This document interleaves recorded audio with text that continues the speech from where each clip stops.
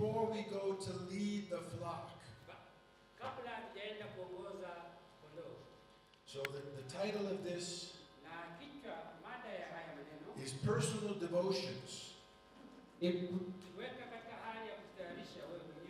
Worship, prayer, and the Word. You okay? Good? So there should be 3 parts of your own daily devotions. Listen, you can't lead anybody if you're not filled up yourself.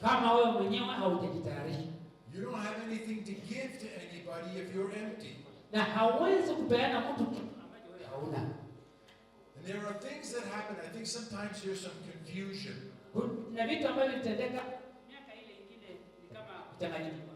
See, God gives you grace. But grace is like the fuel in your automobile. Grace is like the gas in the car. So you fill up the tank with gas. You start the car. And you drive the car. What happens to the gas? What happens? It gets used up. Eventually there's no more gas in the car. Do you get mad at the car? Do you get out and kick the tire? Stupid car. No. That's what cars do. So what do? You go to the gas station. It's common sense. But spiritually we are the same. God gives you grace for the day. Remember we were talking about manna. How much manna did he give them? One day. It was for us to learn. At the end of that day, the manna was gone. What did you do? You went out the next day and got more manna. God gives you grace for the day. In the morning, you go to the one who gives grace. And you get grace for the new day. Why? He could have given you grace for your whole life. But as humans, we would have forgot about God. I got the grace, I'm good. I can do this on my own. God says no. I want you to come to me. You come for the grace. But God wants so much more than that. How many of your parents? You have kids. And your kids come to you. And you feed them. And you feed them every day. Sometimes it feels like all you do is feed them.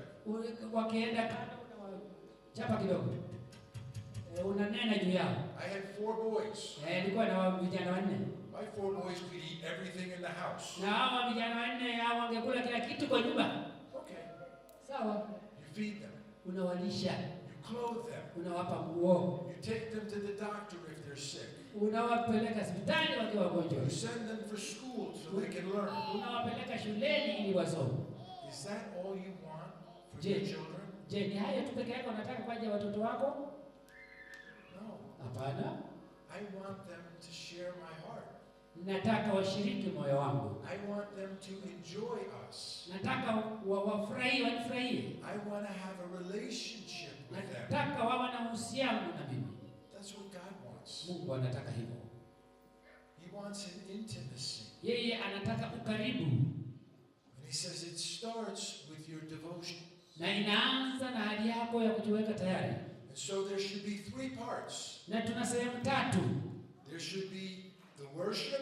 Kuna kuabudu. There should be prayer. Kuna maombi. And there should be diligent studying the word. Kuna kusoma neno la Mungu kwa njia ya bidii. There should be 3 parts of the worship. Lazima tuwe na sehemu 3 za kuabudu. There's praise. Kuna sifa, which is the glorification of God. Na hiyo ni kumtukuza Mungu.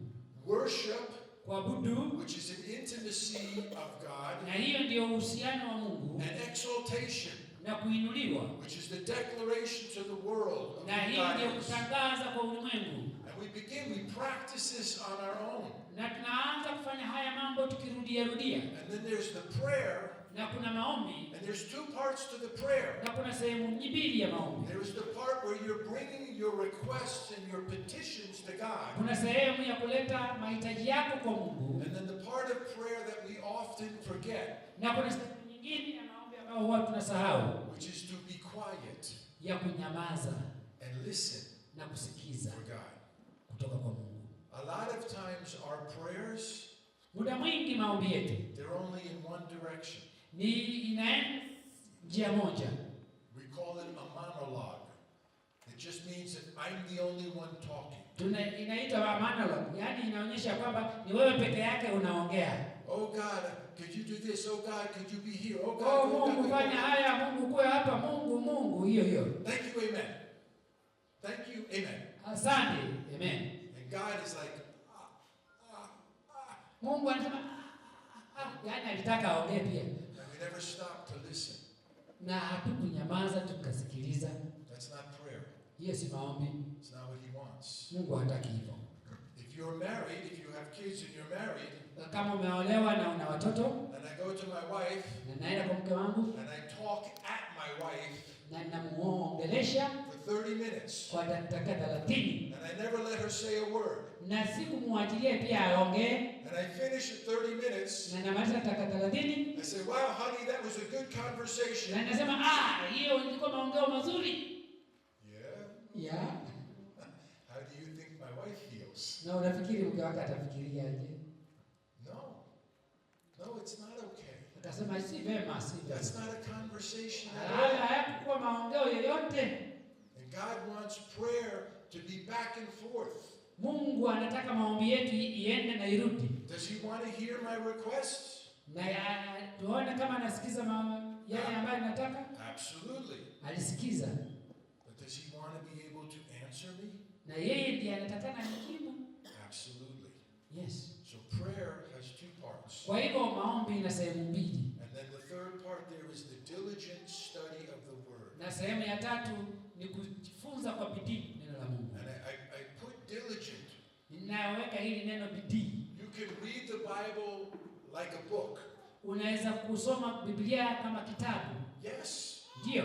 It's the most amazing book ever written. Ni kitabu cha ajabu kilichoandikwa. It's full of incredible stories. Iko na historia nyingi nzuri. And you will get something out of it. Na utapata kitu.